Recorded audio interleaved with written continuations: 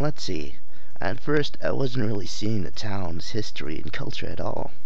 But the more we walk around, the more I feel the traditional atmosphere seeping in all over. That's right. Kyoto has a lot of temples and shrines, so you can walk from temple to temple and shrine to shrine. Just walking around can give you a deep impression of the town. Yeah, that's really true. But how do I say this? It's more than that. There's, like, even among the small shops in town, so many of them sell traditional craft goods. So that also gives me the impression of a town that values its history. That's true. While Kyoto continues to expand the city as a whole, uh, does protect its traditions. I can't do that. I think that's what makes it amazing. Preserving its history while taking in the new way. But now that I think about it, I think Tokyo has a similar sort of atmosphere, while Kyoto just feels a whole lot sharper. When I think about it, the way Kyoto really is like a representation of Japan itself. Ah, that's it. There's one thing that surprised me in coming into Kyoto. Surprised you? What is it? You know, the language. Language? Ah, I see. Because it's not like Tokyo Japanese. That's right. It's a dialect, right? The accent and the words people here use, it's nothing like Japanese I know. That's true. People in Kyoto, nearby Osaka and Kobe, speak what's called a Kansai Ben. Yes, specifically. Kobe and Osaka, Kyoto all have their own dialects, but the general term for it is Kansai. I see. It's hard for even native Japanese to imitate Kansai Ben. It's a unique way of speaking. I see. Again, but how should I say? It feels like it has nuance that I don't hear in the Japanese or Tokyo. That's true. As far as fast pace, it's kind of funny.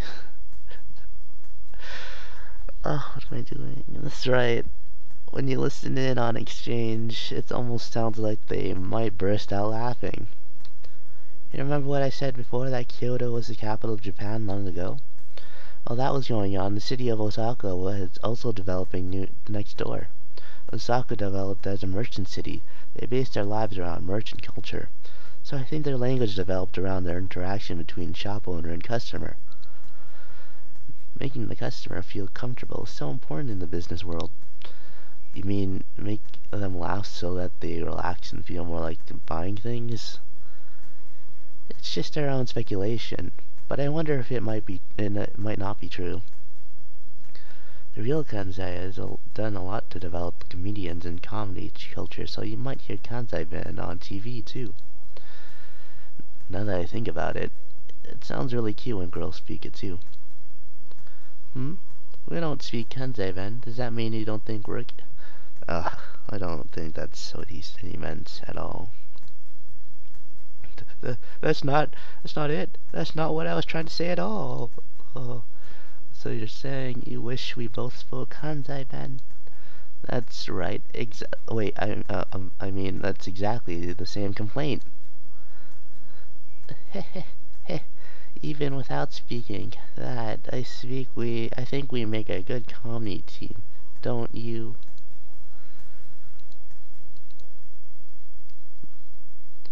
Anyway, let's go one last place today. It's very close to where we were now. Yeah. Wait, what was that? What kind of temple is it this time? Oh my, we're not going to a temple, you idiot. Really, then where are we?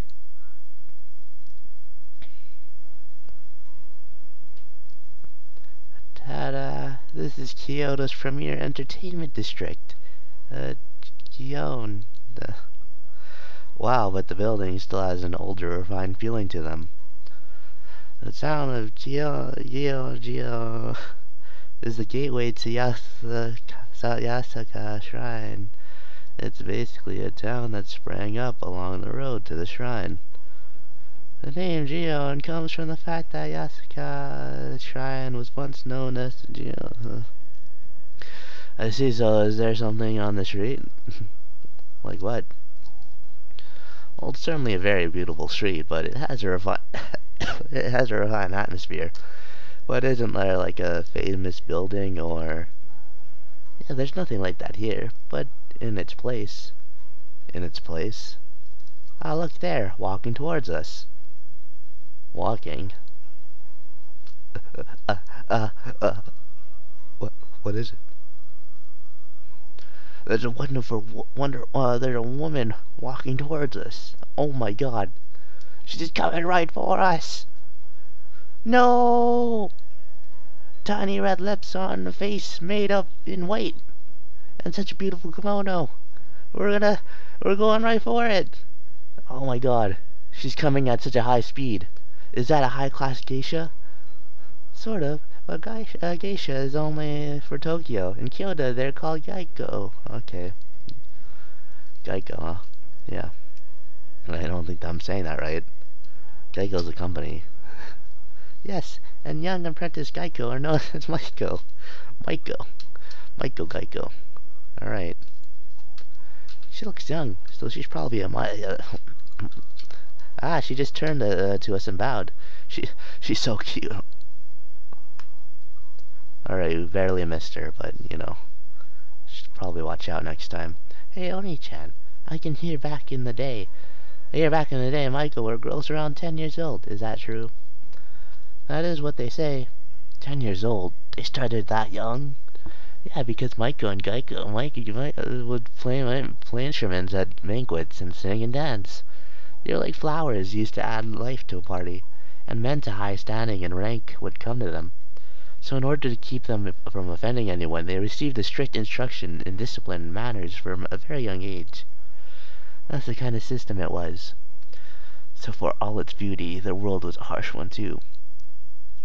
Yes, but these days it's seen as problematic to make children work so hard. Nowadays you can begin Mako training until you finish school. Or you can't. You cannot. You don't do it.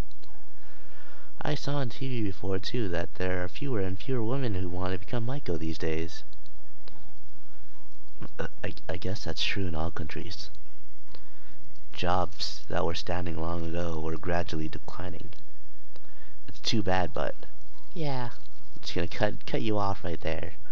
But then the TV said that the more people want to do it nowadays compared to it before. But then, they say the training is so strict that many people just up and quit. Just because you want it doesn't mean you'll succeed. But Maiko and Geico are part of an amazing culture. Then there must be more people who want to carry it on. That's it. As long as we're here, why don't we call Geico-san tonight and... Unfortunately, that's not possible. Huh? Why not?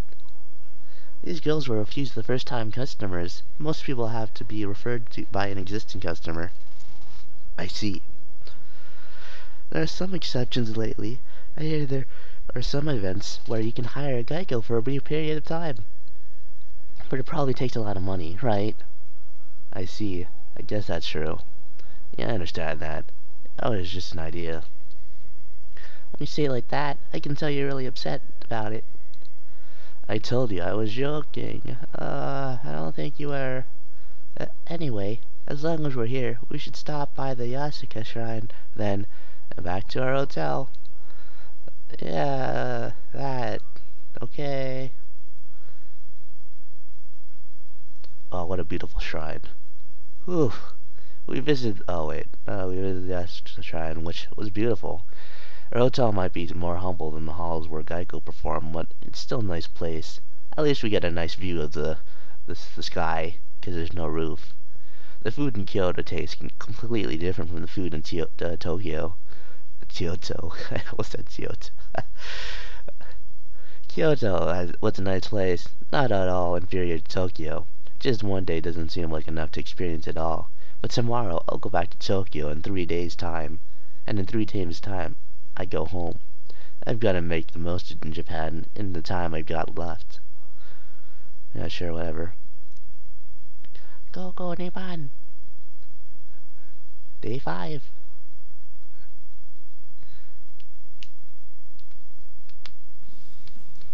Another beautiful day. They said on the news yesterday that it was set to rain in Tokyo. So the good weather followed me on this trip. Should be a good sign of things to come, right? Nah. Okay, day 2 in Kyoto. Let's get started. Uh, our next destination is a temple called Ryoji. You're at the... it's a magnificent temple, of course, but it has a number of other charms to the people who visit it. It has other charms. What do you think? What could it be? I give up. I have no idea. The answer is $4.05. First, the entry fee. There. Whoa, look at that. This rock garden.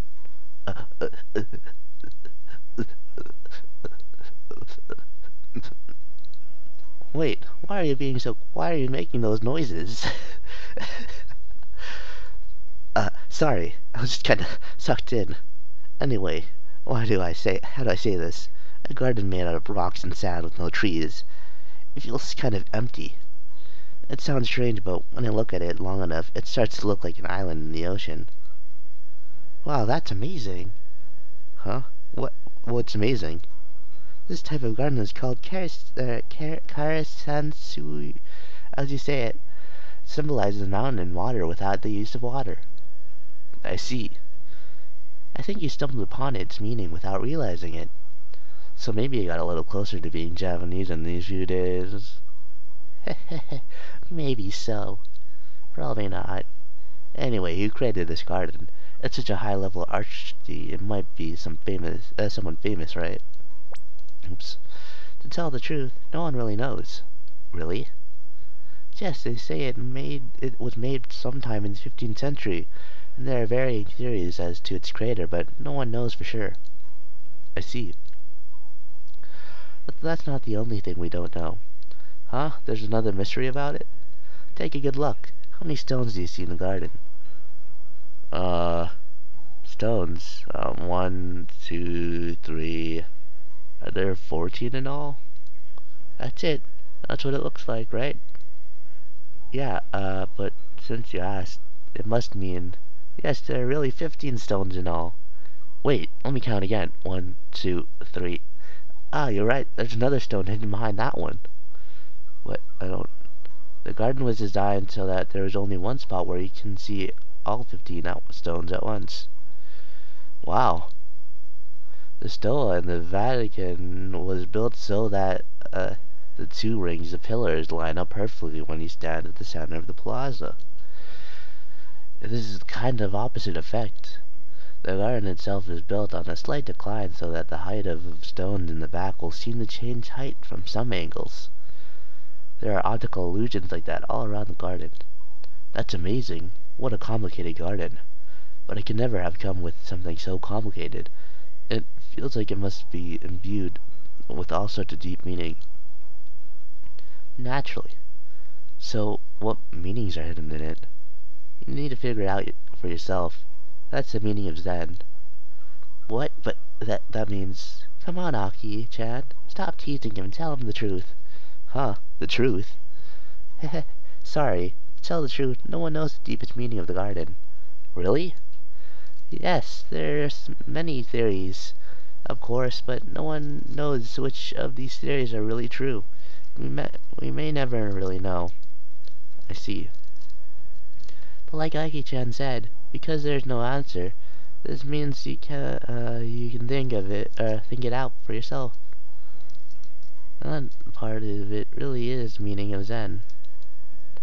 I know, right? That's why I really meant it when I said that. Liar. What's with that look? You got something to say? Not at all.